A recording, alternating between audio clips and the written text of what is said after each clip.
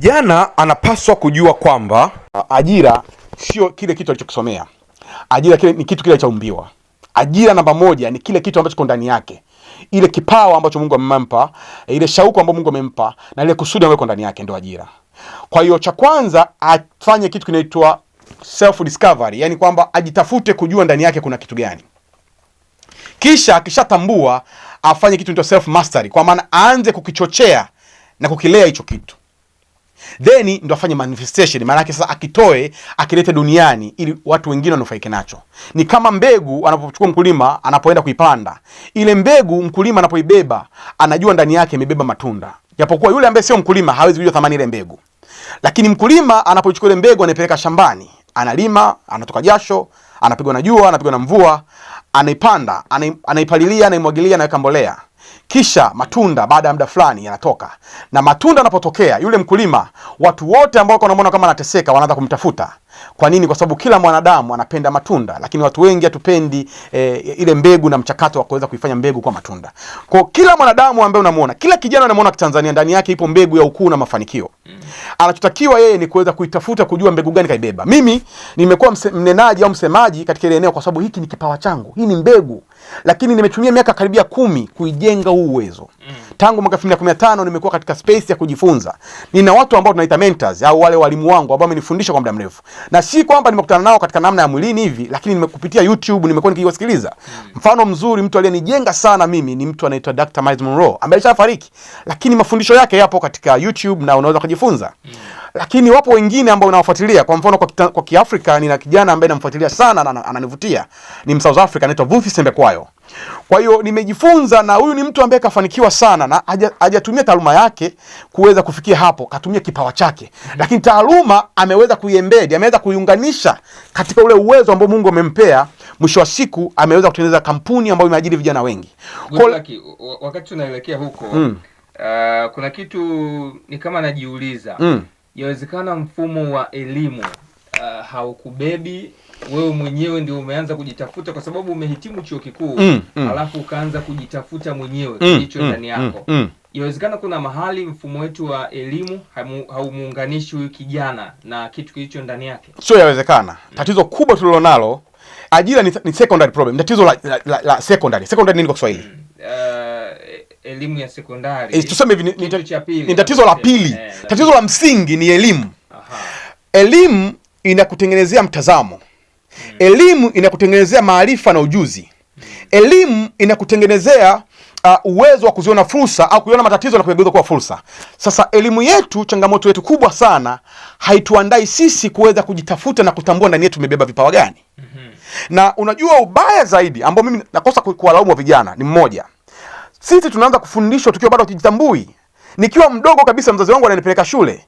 Kwa hiyo wazazi wanatupeleka shule tukiamini kwamba ile shule, ile elimu itatusaidia. Na walimu wanatuambia hivyo hivyo, lakini hata tunapokuwa shule tunaulizwa ukikua unataka kufanya nini? Unakuta hata majibu ambayo tunatoa ni ya ajira. Ukimsikia kijana anasema nataka mimi kuwa mfanyabiashara, unaona kama kapotea. Akisema nataka kuwa msanii, unaona kama kapotea. Kwa nini? Kwa sababu misingi imejengwa katika namna ambayo inatuandaa kuajiriwa. Sasa ubaya ni kwamba kwa miaka zaidi ya 16, 17 mtu unaaminishwa kwamba wewe ili ufanikiwe unataka kuajiriwa. Lakini siku unapomaliza graduation yako unaingia mtaani, hiyo ajira hakuna. Kwa hiyo licha ya kuwa una uwezo ndani yako mkubwa zaidi ya ajira, lakini haujawahi kufundishwa huo uwezo. Haujawahi kujua huo uwezo. Na ghafla maisha yanaanza kukuambia sasa hivi hakuna ajira, anza kutafuta uwezo wako ndani yako. Kwa hiyo tunatakiwa kuanza kujenga msingi kutoka utotoni kwamba pamoja na elimu ya kuajiriwa, lakini tuwafundishe watu kwamba au vijana wetu kwamba wakikosa ajira ndani yao wanaweza kugeuza kile kipawa kuwa ajira. Lakini hata taaluma aliyosomea anaweza kugeuza kuwa ajira. Sasa kwenye taaluma kugeuza kuwa ajira, kuna mambo kadhaa ambayo mimi kwangu natamani kwamba kwenye elimu yetu yabadilishwe.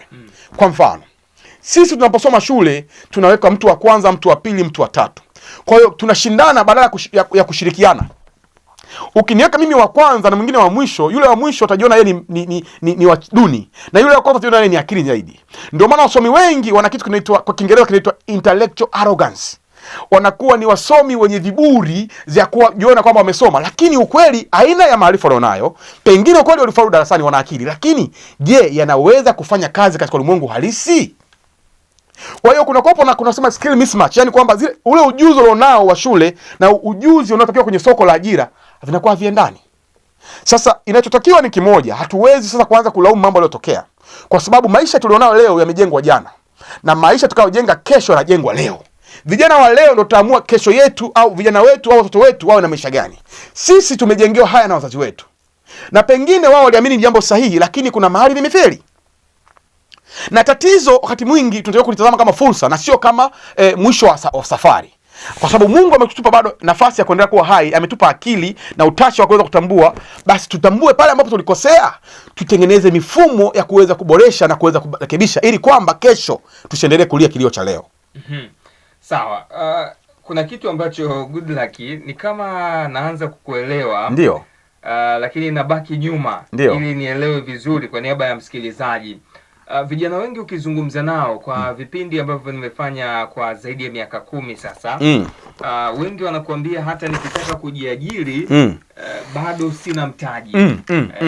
Wow. Lakini ukizungumza naye kuhusu mtaji, ya kwamba unaweza ukafanya kazi kwa kujitolea mahali, baada ya hapo ukapata mtaji na ukaanzia hapo, anakuambia hiki kipindi ambacho napoteza hapa katikati, manake ningekuwa na mtaji ningepiga hatua zaidi.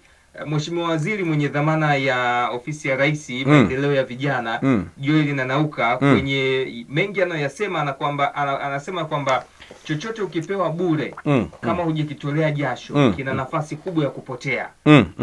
Kwa sababu msingi wa hicho kitu kupatikana hujui, kwa hiyo huwezi kukitunza.